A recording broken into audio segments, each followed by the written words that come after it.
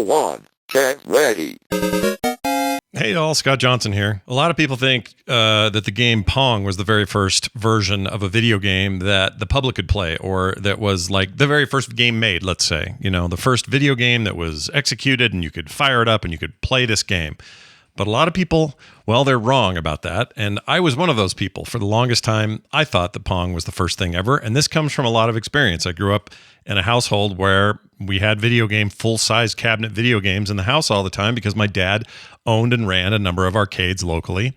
And we also did a lot of individual stuff for, Pizza Huts and stuff like that. Would have one of our games in them. We had our arcade cabinets in almost every laundromat in the valley, which was a little bit weird at the time, but that was the deal. We're talking late 70s, early 80s here. And even though we got into things right around the Space Invaders era of things, my understanding then was that Pong was the granddaddy, the one that beat everything else to any kind of market.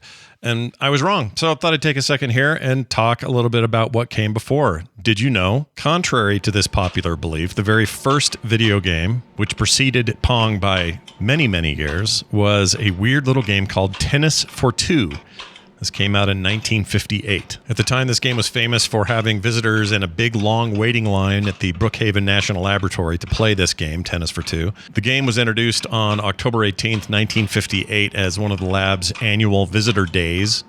They would do this event and people could come check out what they were working on. Two people played the electronic tennis game with separate controllers. They all connected to an analog computer that used an oscilloscope for a screen. That sounds like another thing you're thinking of. I'll get to that in a minute.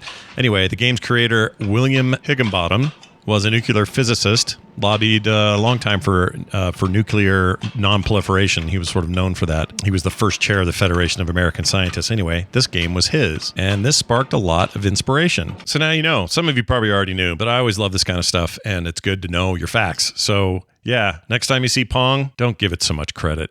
Pong is cool and all, but it wasn't first. We'll see you next time. You win.